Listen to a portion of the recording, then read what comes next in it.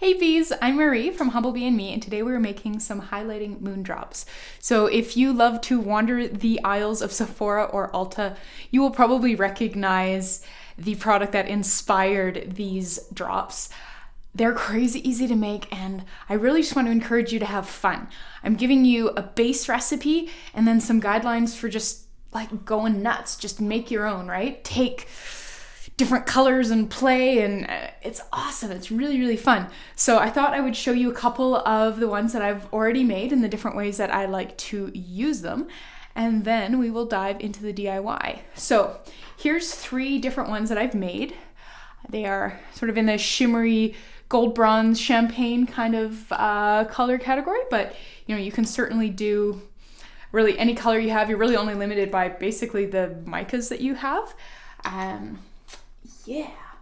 So purpose number 1 is you can put a drop or 2 into your foundation. So I've got my liquid foundation here to give a little bit of a custom-y glow. So I'm just gonna put a little bit of this on my hand here. This is just my foundation. And then I'm gonna add a little bit of this one. So it's kind of champagne-y here. And blend that together. Get a little bit more, methinks. Yeah. So it's a pretty subtle effect. Boop, boop, boop. Boop, boop, boop, boop. And then blend that out. So this here is, I think this is one of the selfie ready brushes from e.l.f. I don't remember which one. It's the one with the dome top.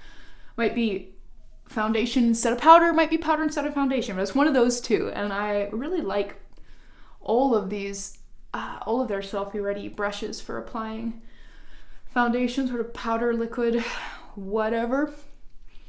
And I think they're about $6 US, so that's even awesomer.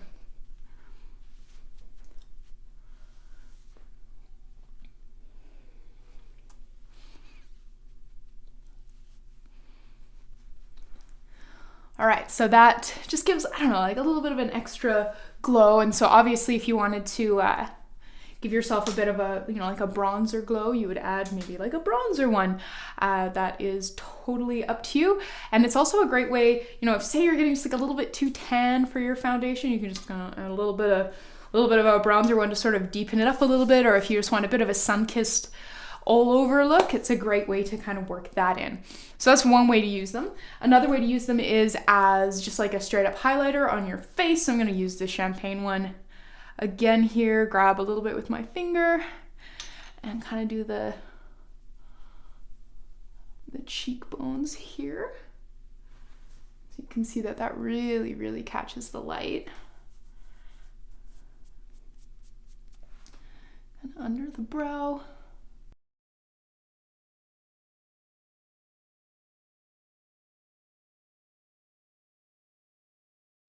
And then another thing that I like to do is pop them on my lips. So I've got some of my cream blush here from the book, and I love wearing this on both my cheeks and my lips.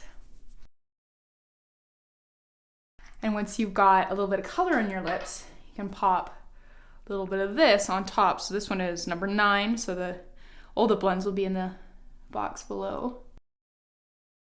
And so that gives you a lovely sort of shimmery sheen there, and I got a little bit extra, so it's so yeah, there's 3 different ways to use these highlighting moon drops. I mean, you could also you could put them along your collarbone, or you could use them as face paint if you want. If you use some of the more sort of wacky colored micas out there, you'll see that I play a little bit with some blues and some pinks and some mermaid glitter in the video. Yeah, but hey, let's get started and make some highlighting moon drops.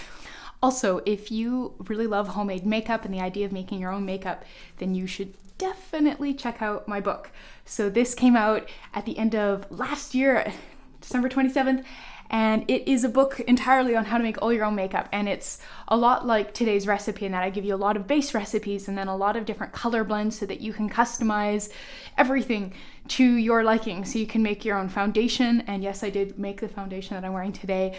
You can make your own blushes and lipsticks and brow fillers and lip glosses and eyeshadows and bronzers, and like it's got basically every kind of makeup you could ever want to make, and also an entire chapter on skincare, and there's an entire chapter just sort of on the ingredients and why we use them and what they're for.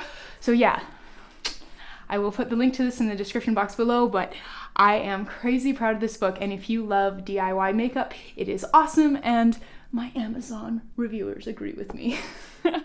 So before we dive in, we're going to set up some jars to make everything in. So these are just little 5-gram jars with screw-on lids, and you can see on the bottom of them, I have numbered them. And so these ones start at 4 because this is 1, 2, and 3, and I thought we'd do a little swatch test too so you can kind of see what we're making. So that one was kind of a blend of bronze, gold, and silver. This one is a blend of silver and gold. And this one is mostly silver with a little bit of like this gorgeous sort of mermaid glitter from TKB. So you can see these are absolutely stunning, really catch the light, and they are really, really smooth, blend out well, and just beautiful. So yes, this is why you want a lot of jars, because you're going to want to make a lot of these. So grab yourself a bunch of little 5-gram or even 3-gram jars are fine. You can see that there's really not a lot in these. And then get yourself a piece of paper and number it up so that you can write down what you did. So the first step is getting our base ingredients into these so then we can start adding colors and playing around. So our base for each of these is 1/64 of a teaspoon of silica microspheres and 25 drops of fractionated coconut oil. I have also provided those amounts in weights in the description box below so you can easily scale up the recipe. So this here is 1/64 of a teaspoon, and let's start scooping.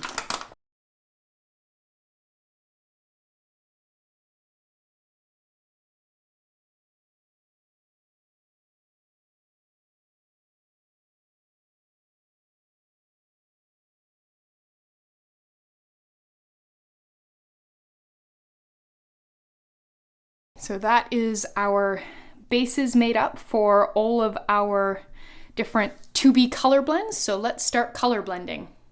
So to color our bases, we'll be using a selection of micas, and then you can also include glitter if you want. So you'll need your set of tiny measuring spoons, and for each of them, you can do 3 30-seconds of a teaspoon. So that's 3 of these or 6 of these, or sort of any combination. You know, could do 2 of these and 2 of these, and that would be the same. You know, pull out your elementary school fractions there.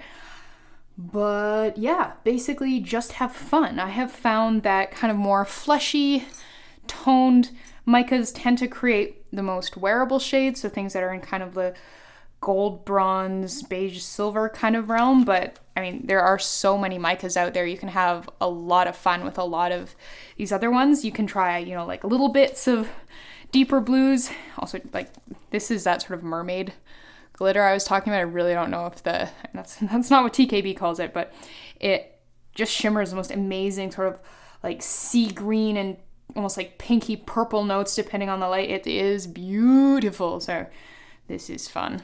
But yes, let's have some fun, shall we?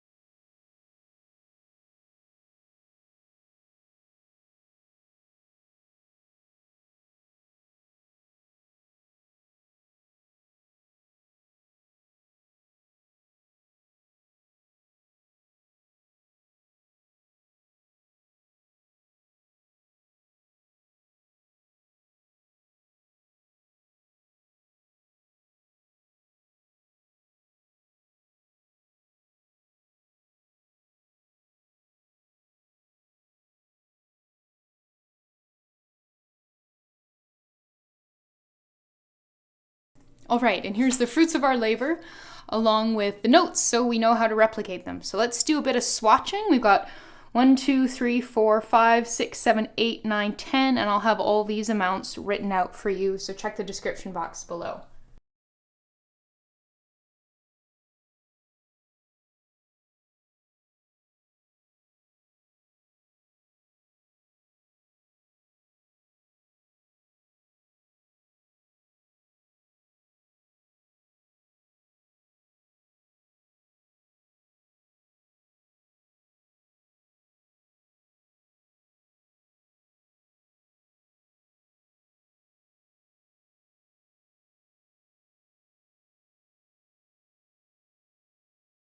All right, you just made some highlighting moon drops. Thank you so much for watching. Please subscribe and check the description box below for the full written recipe and the link to this recipe on my blog, where I've also included a lot of details about how you can further customize your moon drops to make an entire solar system's worth of them.